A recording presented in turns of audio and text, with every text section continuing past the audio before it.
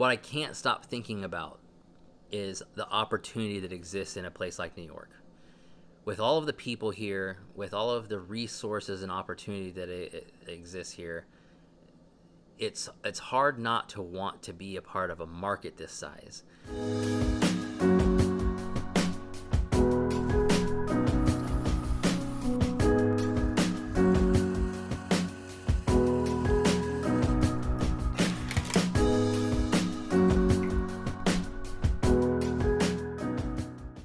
Day 2 in New York City.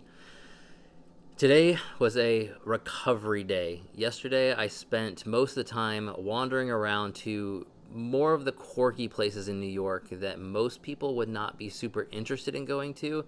However, they're places that have been speaking to me from what I'm doing in life and where I'm trying to go. And so I wanted to go see how those are put together, how those exist in a city of this scale, because when you're here in a city this big and you are a part of the culture for a few days, you start to realize the logistic weight of what it takes to run a city like this. And it really settles in why things are the way they are.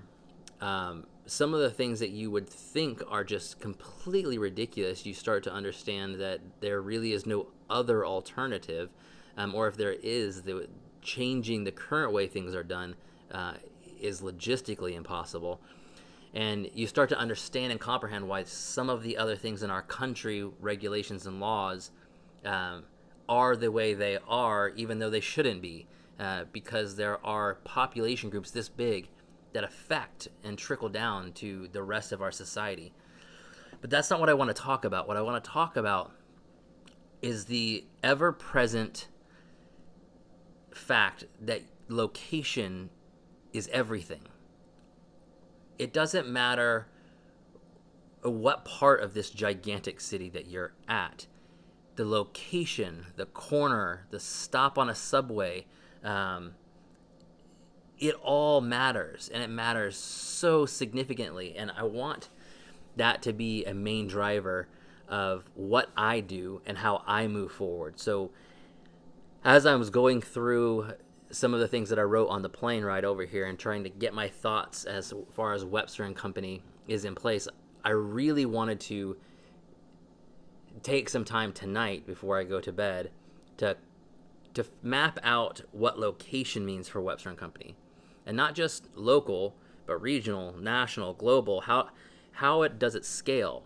And when it does, where does it need to be? The things that I want to accomplish, the products that I want to sell, how does that fit into the fabric of society? How does that factor into a city like New York and the farmer in Idaho? Where is the actual target for Webster and Company in the business that I'm building so that I can get to the dreams that I want to accomplish? It doesn't matter how neat of a company we build, if it's not in the right place at the right time where the opportunity is, I don't think it's going to work. So anyway, I am going to do that. I'm going to get some rest, and then tomorrow I'm going to go and explore New York City from the eyes of everybody else as a tourist, and I'm going to have some fun. So tomorrow morning I will be up with a cup of coffee, but for now I'll finish my Diet Cherry Pepsi and have a good night. Also, check out this freaking cool clock. What?